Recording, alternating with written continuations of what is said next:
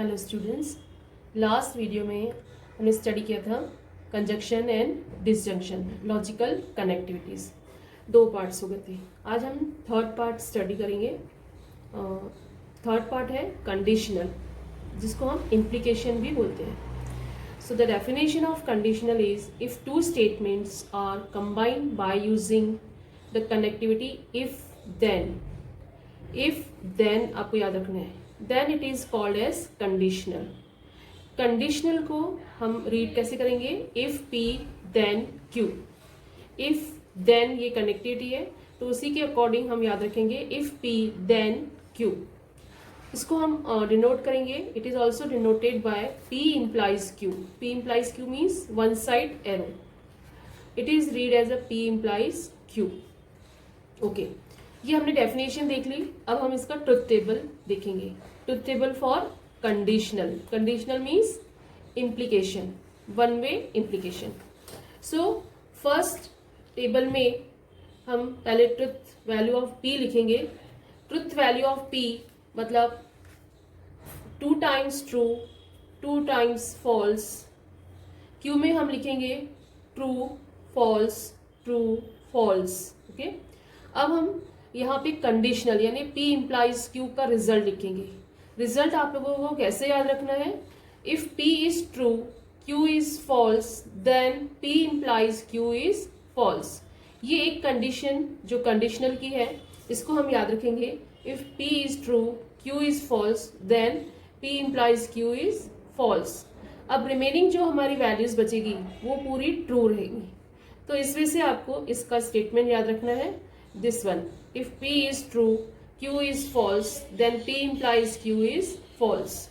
अब फोर्थ वाला हमारा स्टेटमेंट है बाय कंडीशनल, मतलब लॉजिकल कनेक्टिविटी है biconditional. Biconditional means double implication, जिसको हम रीड करते हैं double implication. If two statements are combined using the logical connectivity if and only if and only if.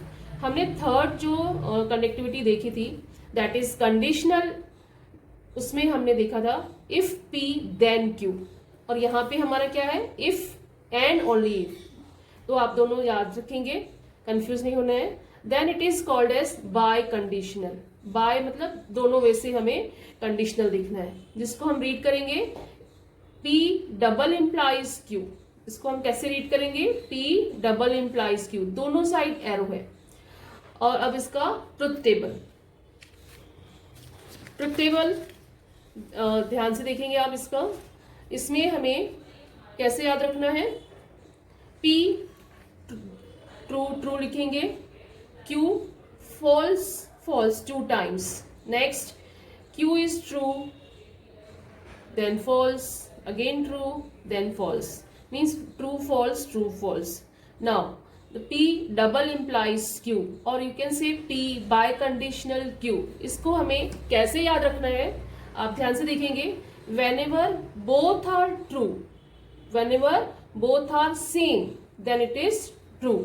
whenever both are same मतलब whenever both are false, then it is also true, and remaining or false। मतलब आपको कौन सी condition याद रखनी है?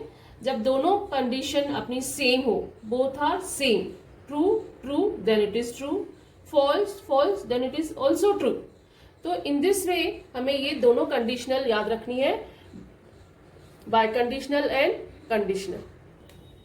Now the next connectivity that is last, negation of a statement. Negation means for any statement P there is another statement which is defined to be true when P is false। it means हमारा अगर statement एक false दिया हुआ है तो उसका negation होगा true, and if false whenever P is true। P true दिया है तो हमारा आंसर फॉल्स आएगा। P अगर हमारा P फॉल्स दिया है तो P ट्रू आएगा। is called the negation of P and it is denoted by negation of P। इसकी ट्रुथ टेबल देखेंगे, बहुत इजी है। P और negation of P, 2 he columns रहेंगे और 2 ही पॉसिबिलिटीज होगी। whenever P is true, its negation is false। when P is false, then its negation is true. बस अपने को इतना ही याद रखना है, ट्रू होगा तो फॉल्स, फॉल्स रहे तो ट्रू। एक हमें नोट भी याद रखना है, इंपॉर्टेंट है ये statement, negation of the negation of a statement is itself a statement. Means negation, bracket में नेगेशन ऑफ पी, तो आंसर क्या आएगा पी, जिसको हम बोलते हैं negation of a statement is the statement itself, मतलब हमें एज इट इज वापस पी मिलेगा आंसर। तो हमने यहाँ तक पूरा बेसिक लॉजिक की कनेक्टिविटीज देख ली है। फर्स्ट कनेक्टिविटी थी हमारी conjunction, second disjunction, third conditional, fourth bye conditional and fifth है नेगेशन। ये पूरे हमें 5 कनेक्टिविटीज अच्छे से लर्न करनी है। अब हम स्टार्ट करते हैं फर्स्ट एक्सरसाइज 1.1। 1.1 में आप देखेंगे सबसे फर्स्ट क्वेश्चन जो है वो क्वेश्चन हमें गिवन है, state which of the following are statement, state which of the following are the statement justify. मतलब आपको चेक करना है कि जो हमें स्टेटमेंट दिए हैं वो हमारे जो हमें सेंटेंस दिए हैं वो हमें स्टेटमेंट है या नहीं है। सेकेंड, जस्टिफाई करना है, अगर स्टेटमेंट है तो उसका क्या रीजन है, नहीं है तो भी हमें उसका रीजन बताना है कि क्यों नहीं है। नेक्स्ट क्वेश्चन है, in case of a statement state it's truth value. मतलब अगर हमारा स्टेटमेंट है आंसर तो हम उसका आंसर भी लिखेंगे, यानी ट्रुथ वैल्यू लिखेंगे कि इट इज ट्रू और फॉल्स। मतलब हमें 3 स्टेटमेंट में आंसर देना है। फर्स्ट इट इज स्टेटमेंट और नॉट, सेकेंड उसका रीजन, थर्ड ट्रुथ वैल्यू। अगर हमारा स्टेटमेंट गिवन सेंटेंस जो है वो स्टेटमेंट नहीं होगा तो हमें लास्ट थर्ड वाला आंसर नहीं लिखना है, अदरवाइज सभी में हमें 3 स्टेटमेंट में आंसर देना है। सो हम फर्स्ट आंसर देखेंगे। फर्स्ट आंसर है हमारा, फर्स्ट क्वेश्चन है हमारा 5 प्लस 4 इज इक्वल टू 13। आप इसको कैसे चेक करेंगे कि गिवन स्टेटमेंट है या नहीं।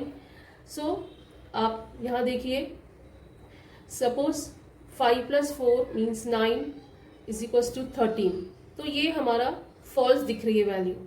मतलब ट्रू या फॉल्स कुछ भी अगर आपको दिखता है या लॉजिकली आप डिसाइड करते हैं कि इट इज ट्रू और फॉल्स, इट मीन्स हमारा जो गिवन क्वेश्चन है वो स्टेटमेंट है। तो हम आंसर क्या लिखेंगे, it is a statement. It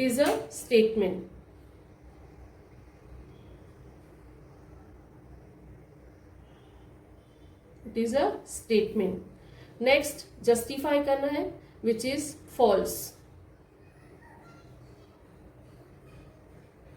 okay, which is false. Next x minus 3 is equal to 14। अब यहाँ पे x की वैल्यू कैसे है, x वेरिएबल है, x की वैल्यू वेरी हो सकती है। फॉर एग्जाम्पल जैसे हम अजम्पशन करते हैं x की वैल्यू 17 है, सो 17 माइनस 3 इट मीन्स 14, ये हमारा करेक्ट आंसर आ रहा है। बट अगर हमने यहाँ x की वैल्यू मैंने अजम्पशन किया 15, सो 15 माइनस 3 14, ये करेक्ट नहीं होगा। इट मीन्स कभी हमारा आंसर ट्रू आ रहा है, कभी फॉल्स आ रहा है, वेरी हो रहा है, चेंज हो रहा है। So this type of examples are open statement. It is a open sentence, therefore it is not statement.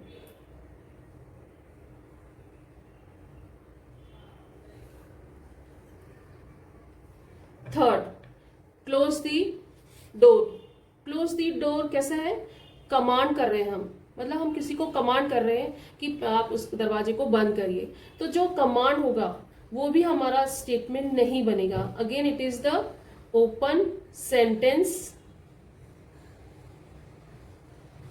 therefore it is not a statement. Question number 5, 0 is a complex number. Complex number means a plus b I.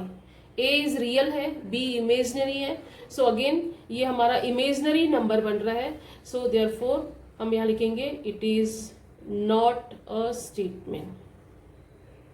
मतलब आपको क्या याद रखना है कि हमारा question अगर very हो रहा है, ओपन है, या फिर ऑर्डर कर रहा है, या रिक्वेस्ट कर रहा है, या रियल ही नहीं है, ऐसे केसेस में हम लिखेंगे it is not a statement.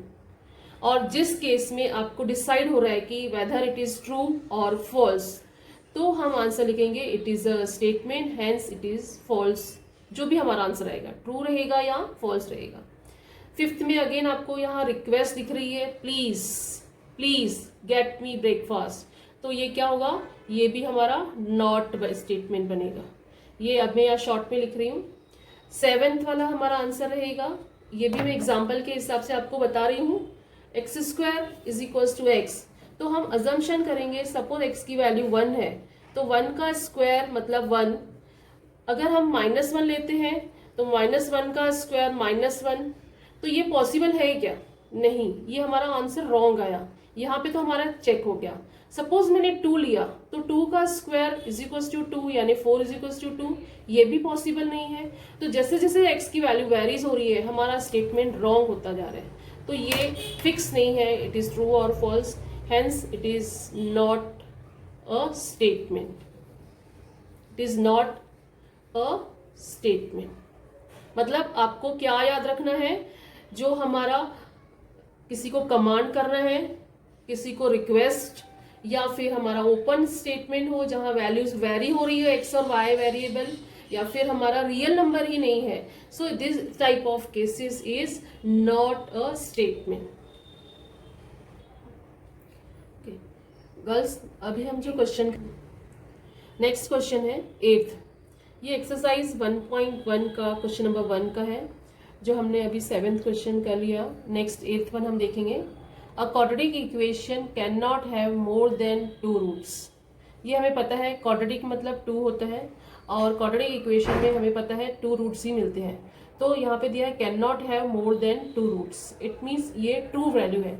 जब हमारी ये ट्रू वैल्यू आ रही है, इसका मीनिंग होगा कि this is a statement, statement है ये, और हम इसकी ट्रुथ वैल्यू क्या लिखेंगे, true. Okay, next, do you like mathematics. जिस क्वेश्चन में भी आपको क्वेश्चन मार्क दिखे, इंट्रोगेटिव टाइप क्वेश्चन होंगे, जैसे क्वेश्चन नंबर 9 है, question number 2, do you like mathematics question mark. ये जो एग्जाम्पल है ये हमारा इंट्रोगेटिव टाइप का है, जिसमें आपको क्वेश्चन मार्क दिख रहा है। क्वेश्चन नंबर 12 में भी क्वेश्चन मार्क दिख रहा है। इसके पहले जब बेसिक कंसेप्ट्स मैंने आपको बताए थे, तो आपको मैंने ये क्लियर बताया था कि अगर हमारा सेंटेंस इंट्रोगेटिव है या कमांड है, रिक्वेस्ट है, तो आप वो सेंटेंस को नॉट अ स्टेटमेंट लिखेंगे। हेंस यहाँ पे हमारा do you like mathematics question mark दिख रहा है, इट मीन्स ये हमारा नॉट अ स्टेटमेंट आएगा। 12th क्वेश्चन में भी क्वेश्चन मार्क दिख रहा है, can you speak interrogative type वाला दिख रहा है, hence it is also not a statement दिखेगा। ठीक है, उसके बाद क्वेश्चन नंबर 15 देखिए, it rains heavily, it rains heavily. अब ये एग्जाम्पल ऐसा है कि अगर हम ये एग्जाम्पल जुलाई में या अगस्त में देखें, जैसे अभी हम देख रहे हैं, तो ये ट्रू लग रहा है। लेकिन अगर मैं यही एग्जाम्पल आपको फेब मार्च में बताऊं, तो आपको लगेगा कि ये तो फॉल्स है, तो मतलब कॉन्ट्रडिक्शन हो रहा है स्टेटमेंट में, तो इट मीन्स ये अगेन नॉट अ स्टेटमेंट है। तो ऐसे टाइप के सेंटेंस को हम नॉट अ स्टेटमेंट लिखेंगे, और जिसमें हमें ट्रू फॉल्स दिखेगा वो हमारा स्टेटमेंट होगा, इट इज अ स्टेटमेंट। जैसे the sun set in the west, ये ट्रू है, तो yes it is a statement and its truth value is true, ऐसा हम आंसर लिखेंगे। नेक्स्ट क्वेश्चन है, जैसे all real numbers are whole numbers. Whole numbers की मीनिंग होती है, होल नंबर्स की मीनिंग होती है कि 0 1 2 3, और रियल नंबर्स मतलब पूरे positive and negative. So all real numbers are whole number, it is false.